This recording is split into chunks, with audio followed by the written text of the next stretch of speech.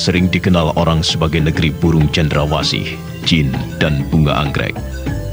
Telah menjadi kesepakatan para sejarawan dan ahli geografi bahwa Papua dipandang sebagai suatu kelangsungan dari benua Australia yang letaknya di zona tropika atas dasar topografi, alam, tumbuh-tumbuhan, dan hewannya.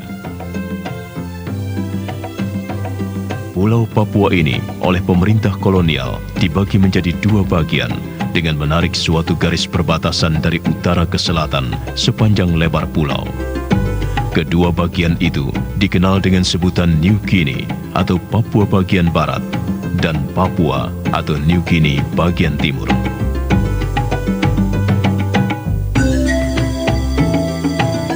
Sebutan New Guinea kepada pulau raksasa ini berasal dari kata Nova Guinea yang dalam bahasa Spanyol berarti Guinea Baru. Hal ini disebabkan karena para pelaut Spanyol yang pertama-tama mendarat di Pulau Papua pada tahun 1582 melihat adanya kemiripan pantai Pulau Papua dengan pantai Guinea, sebuah negara di Afrika. Papua Barat memiliki luas 160.000 mil persegi atau 3 kali luas Pulau Jawa. Daerah yang syarat akan misteri ini terbagi dalam 3 bagian, yaitu kepala burung atau semenanjung cendrawasih, leher, dan tubuh. Di utara mengalir satu-satunya sungai, yaitu Sungai Mamberamo yang bermuara di Samudra Pasifik. Sementara di selatan, banyak terdapat sungai-sungai besar yang bermuara di Laut Arafuru, di antaranya Sungai Lawrence, Sungai PS Utumbue, Sungai Baliem, Sungai Mabi, dan Sungai Digul. Negeri Papua sangat terkenal akan kekayaan alamnya, dari emas, emas cair, minyak tanah, nikel, hingga kulit pohon masoi, dan lain-lain. Kekayaan alam ini mengundang penancapan peradaban kapitalisme besar-besaran oleh para pelaut Eropa, khususnya Belanda. Penancapan peradaban kapitalisme ini merupakan sumber konflik di tanah Papua di kemudian hari.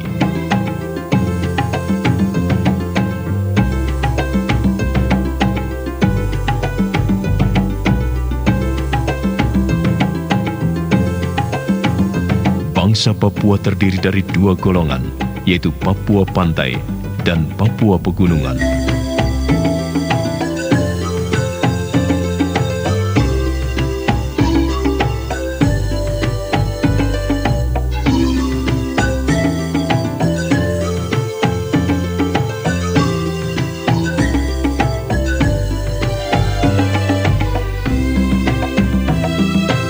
Pada umumnya, bangsa Papua memiliki satu kultur yang mampu melestarikan keberadaannya selama berabad-abad, yaitu sikap untuk mengatur diri sendiri.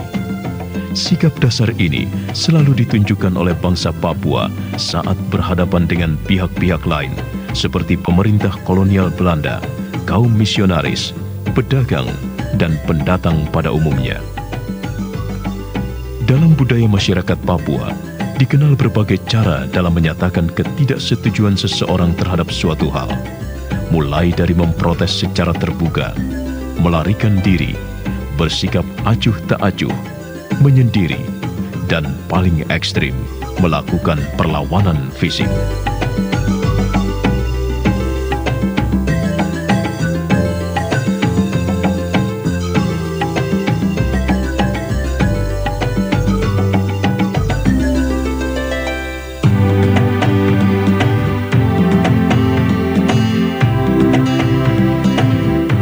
Pada tahun 1660 dan 1779, Belanda membuat suatu persetujuan dengan Sultan Tidore untuk pemerintahan mereka atas Pulau Papua. Konflik kemudian timbul ketika penemuan kembali Pulau Papua oleh James Cook adalah justru dalam rangka menuntut hak-hak Inggris atas pulau ini. Sedangkan kegiatan ekspedisi ke Pulau Papua terus pula dilakukan oleh pelaut-pelaut Prancis, Italia, dan bahkan Rusia. Sehingga tidak dapat dikatakan adanya kekuasaan Belanda atas Pulau Papua hingga tahun 1828 ketika Belanda mulai mendirikan benteng Dubus di Teluk Triton. pada tahun 1920, Hindia Belanda sudah berhasil mempersatukan teritorium di Pulau Papua. Eksplorasi emas telah dimulai sejak tahun 1936 oleh MMNNG atau Kongsi Modal Belanda, Inggris, dan Amerika di daerah Sungai Lawrence, Sungai Digul, dan Pegunungan Mauke. Sementara itu di bagian utara, eksplorasi dimulai dari Hollandia dan di bagian selatan dimulai dari Tanah Merah atau Digul. Kedaulatan Belanda atas Papua berhasil direbut Jepang pada tahun 1942 melalui kemenangan peperangan yang sangat singkat dan mutlak.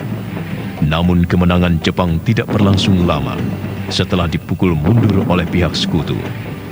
Maka terjadilah vakum kekuasaan di wilayah bekas Hindia Belanda ini. Suatu situasi yang kemudian dimanfaatkan oleh para pemimpin Indonesia.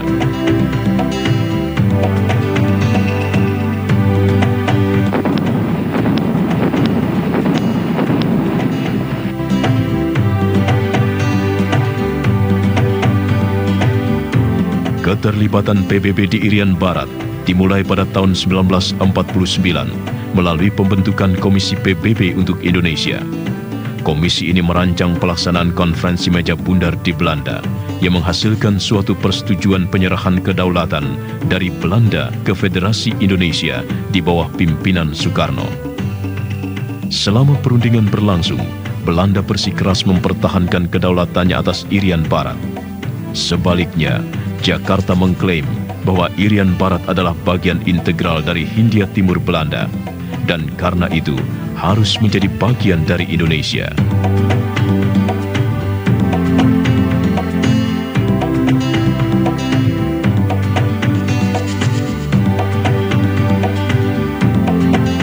Pada tahun 1957, Indonesia mencoba memasukkan 4 resolusi mengenai klaim itu kepada PBB, tetapi tidak berhasil.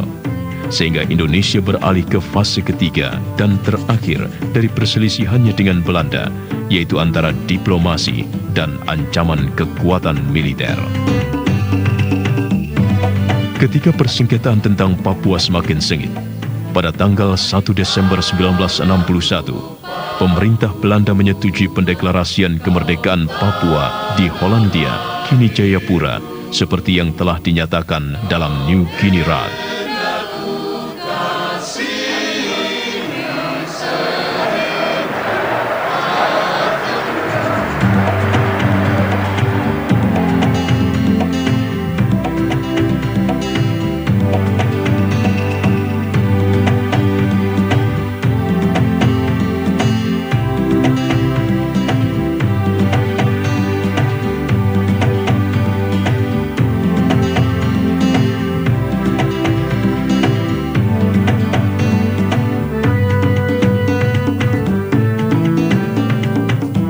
Klaim Irian Barat bukan klaimnya Soekarno. Klaim Irian Barat adalah klaim daripada rakyat Indonesia dari Sabang sampai ke Merauke. Klaim Irian Barat adalah klaim sejarah anti-imperialisme. Dan oleh karena klaim ini adalah... Pada tanggal 2 Januari 1962, terbentuklah Komando Mandala yang dipimpin Mayor Jenderal Soeharto untuk membebaskan Papua Barat. Akibatnya, pertempuran antara Indonesia dan Belanda kembali meletus. Meningkatnya ketegangan militer antara Indonesia dan Belanda terjadi pada masa Perang Dingin antara negara-negara blok Barat dan Timur atau komunis, di mana hubungan Indonesia dengan negara-negara blok Timur, khususnya Uni Soviet, sangat erat, sehingga menimbulkan kekhawatiran para pembuat keputusan di Washington terhadap pengeluaran kekuatan aksi militer Indonesia.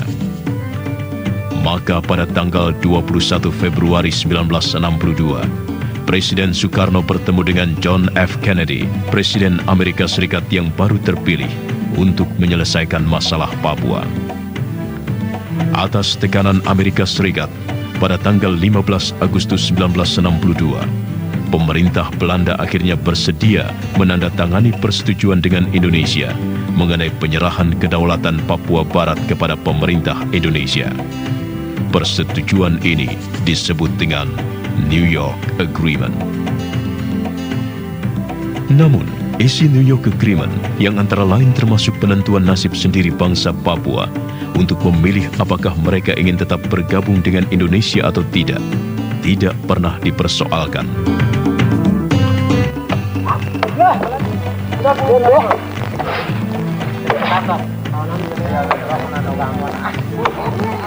Kita mau mengalahkan kaum penjajahan neokolonialisme Indonesia, dan supaya Indonesia mereka akan pulang ke negerimu dan kita mau merdeka jadi negara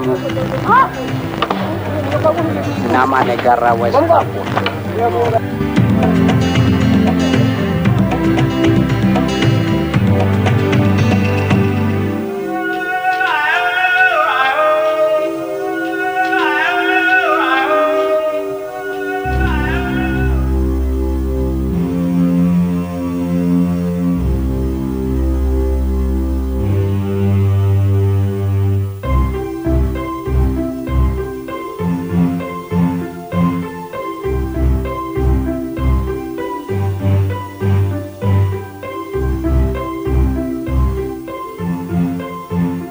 Hak-hak bangsa Papua untuk menentukan nasibnya sendiri malah dilakukan oleh suatu badan yang disebut Dewan Musyawarah Pepera yang keanggotaannya ditunjuk langsung oleh penguasa pemerintah Indonesia.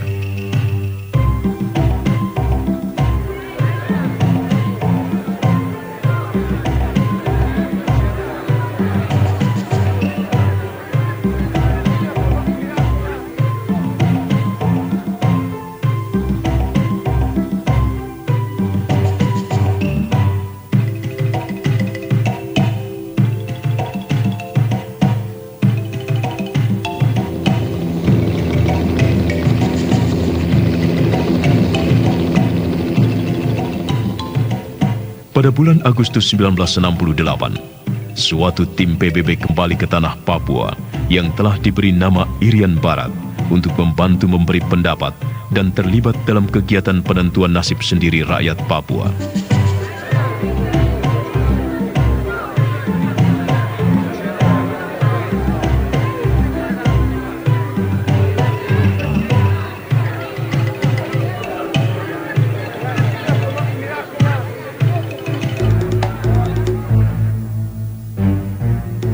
Pemerintah Indonesia yang merasa tetap memiliki hak absolut untuk menjaga keamanan internal, lalu menempatkan pasukan-pasukan militernya dalam jumlah besar di seluruh tanah Papua